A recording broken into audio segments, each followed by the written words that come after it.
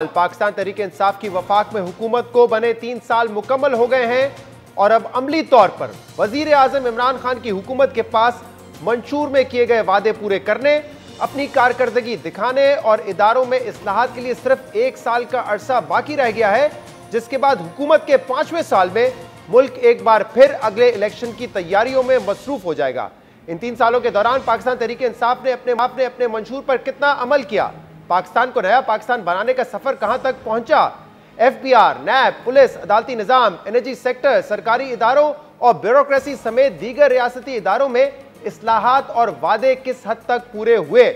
आज इस पर तफसील से प्रोग्राम में बात करेंगे। पाकिस्तान तहरीक इंसाफ ने अपने मंशूर में कई बड़े दावे किए थे, इनमें से कुछ अहम तरीन दावों पर आज हम प्रोग्राम में तफसील से नजर डालेंगे और जानने की कोशिश करेंगे कि हुकूमत के आधे से ज्यादा अरसे गुजरने के बाद तक कितने इंतखाबी दावों पर मुकम्मल अमल दरामद हुआ है, कितने वादों पर काम जारी है और कितने वादों पर अभी तक सिरे से कोई काम हुआ ही नहीं है। आज इस प्रोग्राम में हम पाकिस्तान तहरीक इंसाफ के मंशूर में सिर्फ तर्ज हुकूमत की तब्दीली और माशी तरक्की से मुतालिक वादों पर बात करेंगे, जबकि बाकी वादों और दावों पर कल प्रोग्राम में तफसील से जायजा लेंगे। पाकिस्तान तहरीक इंसाफ के वादों, विजन और सियासी हिकमत अमली को लेकर सबसे अहम बात यह है कि वजीर आजम इमरान खान ने माजी की हुकूमतों के बरक्स एक जामे और वाज़े रिफॉर्म प्लान दिया था। पाकिस्तान तहरीक इंसाफ के प्लान्स में इदारा जाती इस्लाहात, तवानाई का मसला हल करना, जुनूबी पंजाब को सूबा बनाना, यकसा कौमी निसाब का निफाज, मुल्क लूटने वालों को सजा दिलवाना, लूटी हुई रकम वापस लाना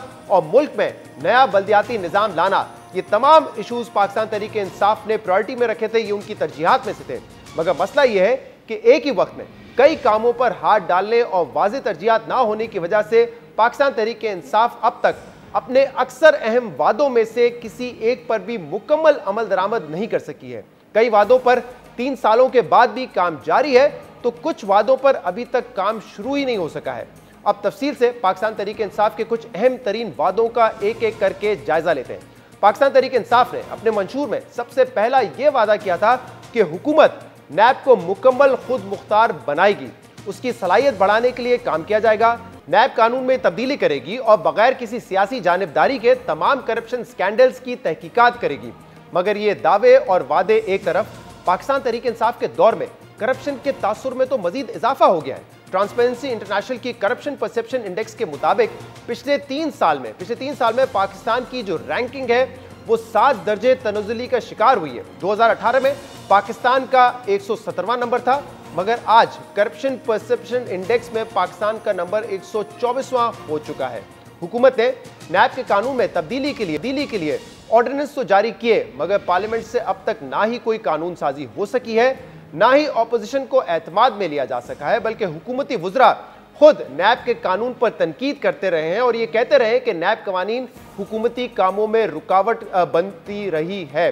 वज़ीर आज़म इमरान खान और नैब इस बात का क्रेडिट तो लेते हैं कि नैब ने पिछले 3 सालों में 480 अरब रुपए से ज्यादा की रिकवरी की है, मगर सवाल यह है कि ये रिकवरीज किन लोगों से की गई हैं। हमने इस हवाले से पिछले दिनों जब नैब तर्जुमान से सवाल किया तो उन्होंने जाली अकाउंट्स केस और फ़िज़ाइया हाउसिंग समेत मुतअद्दिद केसेस में कुछ अरब रुपए की रिकवरी जाहिर की, मगर नैब अपने मुताबिक खुद नैब ये कहता है कि ऑपोजिशन के किसी रहनुमा से अभी तक कोई रिकवरी नहीं हो सकी है, ना ही ऑपोजिशन के किसी बड़े रहनुमा को करप्शन साबित होने पर सजा हुई है। यानी कि 480 अरब रुपए का वो क्लेम करते हैं, लेकिन जब हमने उनसे पूछा जो चंद अरब रुपए की तफसीलात उन्होंने रिकवरीज के हवाले से दी, बाकी उन्होंने नहीं दी। इन 3 सालों के दौरान नैब की गैर जानिबदारी पर भी सवालात उठते रहे हैं। नैब ने ऑपोजिशन के तकरीबन हर बड़े रहनुमा को करप्शन के इल्ज़ामात पर जेल में डाला है, उनको गिरफ्तार किया गया है, मगर बिलियन ट्री सुनामी हो, मालम जब्बा स्कैंडल, शुगर स्कैंडल और BRT जैसे जो केसेस हैं उस पर नैब ने ना ही किसी को गिरफ्तार किया है और ना ही किसी केस की तहकीकात अब तक अंजाम तक पहुंची है। पाकिस्तान तहरीक इंसाफ ने मंशूर में यह वादा भी किया था कि लूटी हुई रकम वापस लाई जाएगी और एक खसूसी टास्क फोर्स इसके लिए बनाया जाएगा। इस हवाले से हुकूमत ने टास्क फोर्स भी बनाई और एसेट रिकवरी यूनिट भी बनाया, मगर ये यूनिट भी अभी तक पाकिस्तान में लूटी हुई रकम वापस लाने में नाकाम रहा है। इसलिए हम ये कह सकते हैं कि मंशूर का जो पहला वादा था, जो पहला दावा था, वो अभी तक मुकम्मल नहीं हुआ है, वो नामुकम्मल है, यानी कि एहतसाब का दावा। मंशूर में एक और अहम वादा इख्तियारात की निचली सतह पर मुंतकली और ताकतवर बल्दियाती निज़ाम का क़याम था। इमरान खान पिछले 20 साल से कहते आए हैं कि जमहूरियत के नताइज अवाम तक उसी वक्त पहुंचेंगे जब मुल्क में एक ताकतवर बल्दियाती निज़ाम होगा। वज़ीर आज़म इमरान खान कहते थे कि उनकी हुकूमत पंजाब में जिस किस्म का बल्दियाती कानून ला रही है उससे इनकलाब आएगा। पाकिस्तान तहरीक इंसाफ ने वादा किया था कि वो अपना केपी का बल्दियाती मॉडल इस्लामाबाद, पंजाब और बलूचिस्तान में भी नाफिज करेगी, मगर केपी मॉडल को कॉपी करना तो दूर की बात है, खुद खैबर पख्तूनख्वा में अगस्त 2019 से कोई बल्दियाती निज़ाम नहीं है और पंजाब में 1.5 साल से बल्दियाती निज़ाम मुअत्तल है। इस्लामाबाद में भी 6 माह से बल्दियाती निज़ाम का कुछ अता पता नहीं है। सुप्रीम कोर्ट बार बार हुकूमत को बल्दियाती इंतखाबात करवाने का कह चुकी है, मगर हुकूमत मुसलसल ताखीर कर रही है और इस मसले पर भी नाकामी का एतराफ़ किसी और ने नहीं बल्कि वफाकी वज़ीर इत्तलात फवाद चौधरी ने खुद किया है। बड़ी गलती पीटीआई की गवर्नमेंट से हुई है मेरे ख्याल में, वो ये हुई कि जब हमने पहले साल हमें जो लोकल गवर्नमेंट इलेक्शन जो है हम नहीं करा सके, और मैं तो बहुत कहता रहा, मेरा ये नुक्ता था कि हमें फौरन लोकल गवर्नमेंट इलेक्शन जो है वो जरूर कराने चाहिए, जिसकी वजह से 2 साल से हमारा डेवलपमेंट का जो एक पूरे का पूरा स्ट्रक्चर है वो बहुत जो है उसकी हालत खराब है। वफाकी वजीर फवाद चौधरी कह रहे हैं कि हुकूमत का पहले ही साल बल्दियाती इंतखाबात ना करवाना हुकूमत की बड़ी नाकामी थी, यानी हुकूमत ने अपना ये वादा भी पूरा नहीं किया है। पाकिस्तान तहरीक इंसाफ का एक और वादा पुलिस रिफॉर्म्स और पुलिस को गैर सियासी करना था, लेकिन पुलिस के निज़ाम में तो कोई तब्दीली नहीं आई है, बल्कि अहम ओहदों पर पुलिस अफसरान की तब्दीलियाँ मामूल बन चुकी हैं। पंजाब में 3 सालों के दौरान अब तक 5 आईजीज, जबकि खैबर पख्तूनख्वा में 4 सालों में 6 आईजीज तब्दील हो चुके हैं। इसके अलावा साबिक आईजी केपी नासिर दुरानी को पुलिस रिफॉर्म्स कमेटी का सरबराह बनाया गया था, मगर पंजाब हुकूमत में मुदाखलत और आईजी मोहम्मद ताहिर के कबल उस वक्त ट्रांसफ़र की वजह से नासिर दुरानी साहब खफा हो गए और उन्होंने 1 महीने के अंदर ही अपने ओहदे से इस्तीफ़ा दे दिया। पिछले साल दिसंबर में साबिक आईजी पुलिस और police reforms committee law and order justice commission के कन्वीनर अफजल शिगरी ने अपने मजमून में यह लिखा था कि पाकिस्तान तहरीक इंसाफ ने पुलिस रिफॉर्म्स के लिए संजीदा ख्वाहिश का इजहार तो किया, मगर अमली तौर पे पुलिस रिफॉर्म्स की कोशिश सर्द खाने में पड़ी हुई है। इसलिए हम ये कह सकते हैं कि पुलिस रिफॉर्म्स का जो वादा किया था, जो मैनिफेस्टो में दावा किया गया था, वो भी अब तक नामुकम्मल है। इसके अलावा पाकिस्तान तहरीक इंसाफ ने अपने मंशूर में क्रिमिनल जस्टिस सिस्टम में इस्लाहात लाने का भी वादा किया था कि शहरियों को बरवक्त और मयारी इंसाफ फराम किया जाएगा, मगर अहम बात यह है कि अभी तक सिवाय विरासती ज़मीन की मुंतकली, सक्सेशन सर्टिफिकेट और लेटर ऑफ एडमिशन के मसाइल हल करने के अलावा क्रिमिनल जस्टिस सिस्टम में इस्लाहात का कोई खातिर-खा काम नहीं हुआ है। सुप्रीम कोर्ट ने हुकूमत को मुल्क भर में मजीद 120 एहतसाब अदालतें कायम करने की हिदायत दी थी ताकि जो एहतसाब अदालत में केसेस हैं उनको जल्दी से निपटाया जा सके, मगर अभी तक हुकूमत ने सिर्फ 30 अदालतों के क़याम के मंजूरी दी है, जिस पर अभी तक काम जारी है। अहम बात यह है कि पिछले साल पाकिस्तान तहरीक इंसाफ के सेनेटर अली जफर ने इस बात का एतराफ़ किया है कि हुकूमत के पास जुडिशल रिफॉर्म्स पर दिखाने के लिए कुछ भी नहीं है, जिसकी बुनियाद पर हम ये कह सकते हैं कि हुकूमत का ये वादा भी अब तक तकमील के मराइल में है और इस पर भी अभी तक मुकम्मल अमल दरामद नहीं हो सका है। इसके अलावा सिविल रिफॉर्म्स भी पाकिस्तान तहरीक इंसाफ हुकूमत का अहम वादा था और अहम बात यह है कि पाकिस्तान तहरीक इंसाफ हुकूमत 3 साल बाद भी सिविल सर्विसेज रिफॉर्म्स तो नहीं कर सकी, मगर जिस शख्स यानी डॉक्टर इशरत हुसैन को इन रिफॉर्म्स की जिम्मेदारी दी गई थी, वो सिविल रिफॉर्म्स के निफाज से पहले ही अपना ओहदा छोड़ चुके हैं, मुस्ताफी हो चुके हैं। वज़ीर आज़म इमरान खान ब्यूरोक्रेसी में रिफॉर्म्स के लिए डॉक्टर इशरत हुसैन को टास्क फोर्स में लेकर आए थे, जबकि इदारा जाती इस्लाहात के लिए शफकत महमूद को काबीना कमेटी का सरबराह बनाया गया था, जिन्होंने रवा साल जनवरी में ऐलान किया था कि हुकूमत ने सरकारी अफसरान की प्रमोशन क्राइटेरिया, कबल वक्त रिटायरमेंट और रोटेशन पॉलिसी समेत दीगर मामलात में तब्दीलियां कर दी हैं, मगर ये तमाम बातें अब तक सिर्फ पेपर पर दिखाई देती हैं, इन पर अभी तक अमल दरामद नहीं हो सका है। पुलिस, अदालती और सिविल रिफॉर्म्स कहां तक पहुंची हैं, इसकी तफसीलात हमने आपके सामने रखी हैं। इस हवाले से वजीर इत्तलात फवाद चौधरी एतराफ़ कर चुके हैं कि इन तमाम पर इस्लाहात वजीर आज़म इमरान खान के विजन के मुताबिक नहीं हो सकी हैं। ने हमें कोई मामूली से कह लीजिए कि नट बोर्ड ठीक करने के लिए मुंतखब नहीं किया। इमरान खान को लोगों ने मुंतखब किया है एक पूरे सिस्टम की इस्लाह के लिए। जो हमारी यार्डस्टिक है कामयाबी की, वो बड़ी मुख्तलिफ है आम हुकूमतों से, और उसमें फिर हमारी अपनी भी कोताहियाँ हैं कि पूरा ये मामला जो है वो नहीं चल सका। प्राइम मिनिस्टर साहब का जो एक विजन था या जो जिस तरीके से इम्प्लीमेंटेशन होनी चाहिए थी वो हुई ही नहीं। जो बुनियादी कुछ अगर आप स्टेप्स कहें पुलिस रिफॉर्म्स के, बुनियादी कुछ स्टेप्स कहें हम जुडिशल रिफॉर्म्स के, जो हमने SOEs के ऊपर चीज़ें बनाई थी, सारी स्टैंड स्टिल है। और फ्रेंकली एक रूटीन गवर्नमेंट हम चला रहे हैं। आप सोच खाली जितनी मर्जी अच्छी रख लें, अगर आपके पास टीम नहीं है, आइडिया इम्प्लीमेंट जो है वो नहीं हो सकता।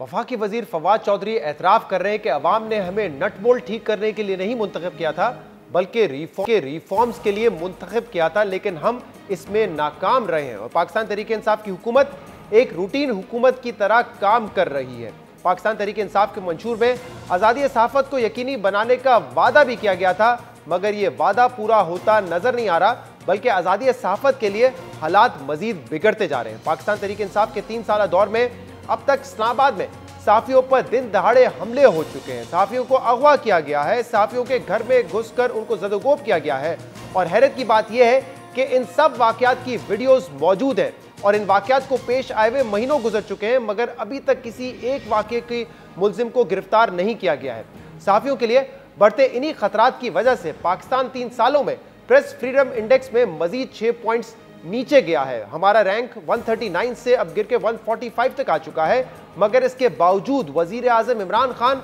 और वज़रा कहते हैं कि पाकिस्तान में कोई सेंसरशिप नहीं है और मीडिया आज़ाद है। ये बात अहम है कि वफाकी हुकूमत ने सहाफ़ियों के तहफ़्फ़ुज़ के लिए जर्नलिस्ट प्रोटेक्शन बिल मंजूर किया है, मगर अब खदशा यह है कि हुकूमत पाकिस्तान मीडिया डेवलपमेंट अथॉरिटी का कानून भी लाने का इरादा रखती है, जिसे मीडिया तंजीमों और राइट्स ग्रुप ने मीडिया मार्शल लॉ करार दिया है। इसलिए हम ये कह सकते हैं कि आज़ादी सहाफ़त यकीनी बनाने के वादे पर भी तहरीक इंसाफ हुकूमत नाकाम हुई है। पाकिस्तान तहरीक इंसाफ ने FBR में इस्लाहात का भी दावा किया था। वज़ीर आज़म इमरान खान ने कहा था कि वो 5 सालों में टैक्स कलेक्शन का हदफ 8,000 अरब तक लेकर जाएंगे, जबकि इनडायरेक्ट टैक्सेस में भी कमी लाई जाएगी। मगर 3 सालों में अब तक FBR में इस्लाहात तो दूर की बात है, अभी तक चेयरमैन FBR की मुसलसल तब्दीलियों का सिलसिला जारी है। हुकूमत 3 सालों में 4 चेयरमैन FBR तब्दील कर चुकी है, जिसकी वजह से इदारे में पॉलिसियों को लेकर मुस्तकिल मिजाजी की शदीद कमी नजर आती है। और साबिक चेयरमैन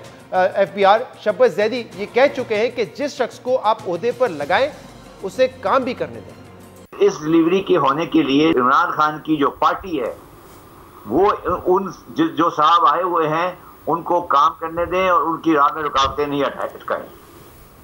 और उनको ओपन स्पेस दें। मैं भी उसी चीज से गुजर के आया हूं, मुझे पता है कि क्या इशू है। मैंने सजेशन दी थी कि FBR को पाकिस्तान रेवेन्यू सर्विस में कन्वर्ट कर दें,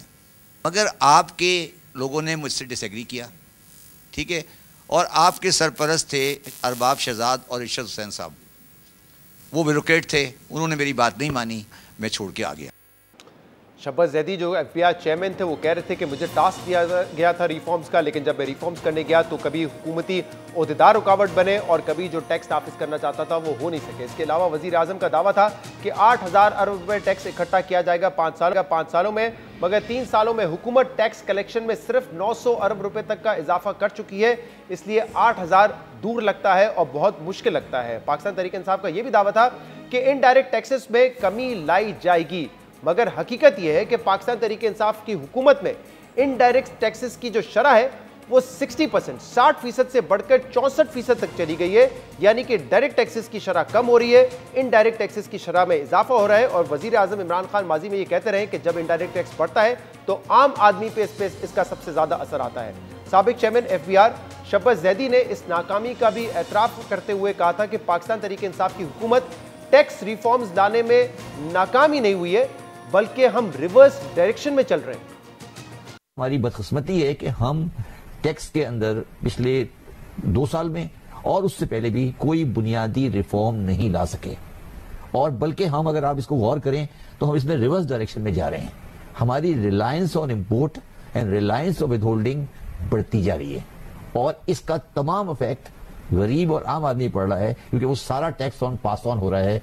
on the consumer by increase in price and inflation. ये एक बुनियादी हकीकत है, इससे कोई इनकार नहीं कर सकता। साबिक chairman FBR Shabbat Zaidi tax reforms में नाकामी का एतराफ़ कर रहे थे, इसलिए हम ये कह सकते हैं कि पाकिस्तान तहरीक इंसाफ का ये वादा भी अभी तक नामुकम्मल है। इसके अलावा पाकिस्तान तहरीक इंसाफ ने 5 साल में 1 करोड़ मुलाजमतें फराहम करने का वादा भी किया था, ये उनके मंशूर में है, मगर मुल्क में नई नौकरियां पैदा होने के बजाय शरह तरक्की में सुस्त रवि और कोरोना वबा की वजह से पुरानी नौकरियां भी खत्म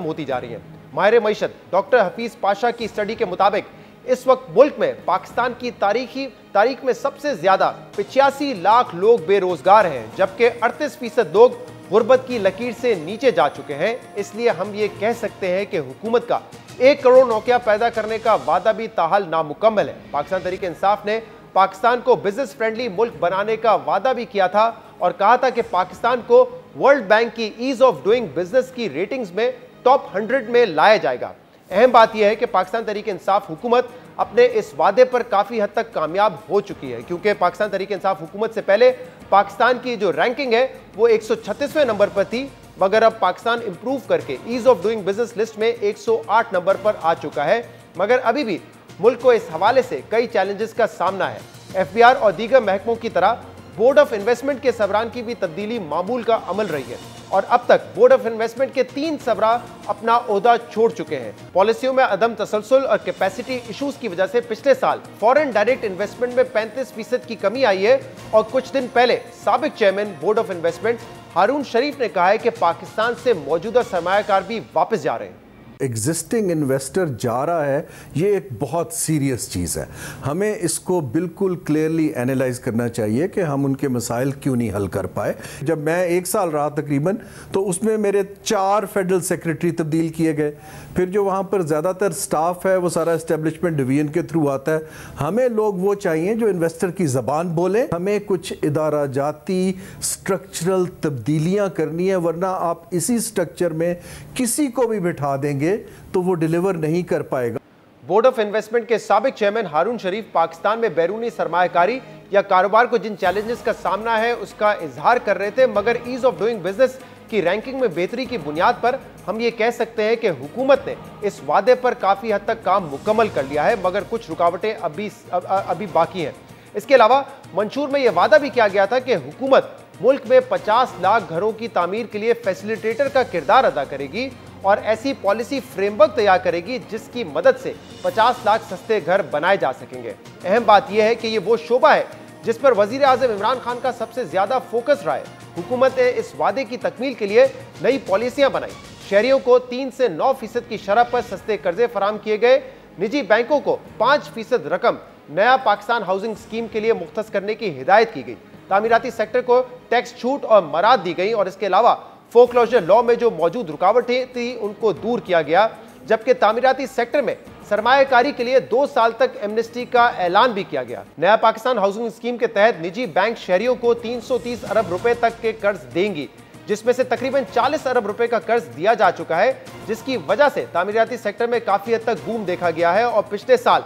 कंस्ट्रक्शन सेक्टर की फाइनेंसिंग 75% इजाफे के साथ 259 बिलियन रुपए तक पहुंच गई। इसलिए हम ये कह सकते हैं कि पाकिस्तान तहरीक इंसाफ अपने इस वादे पर काफी हद तक अमल कर चुकी है और इस पर काम अभी भी तेजी से जारी है। इसके अलावा पाकिस्तान तहरीक इंसाफ ने आईटी एक्सपोर्ट्स में भी इजाफे का वादा किया था, जिस पर काफी हद तक अमल होता हुआ नजर आ रहा है, क्योंकि पाकिस्तान की आईटी एक्सपोर्ट्स में पिछले 2 साल से मुसलसल इजाफा देखा गया है। पिछले साल आईटी एक्सपोर्ट्स में 47% का इजाफा हुआ, जिसके बाद जो टोटल आईटी एक्सपोर्ट का नंबर है वो $2.1 बिलियन तक पहुंच चुका है। और इस बजट में भी हुकूमत ने मराद दी है आईटी सेक्टर को, ताकि जो एक्सपोर्ट्स हैं उसमें इजाफा किया जा सके।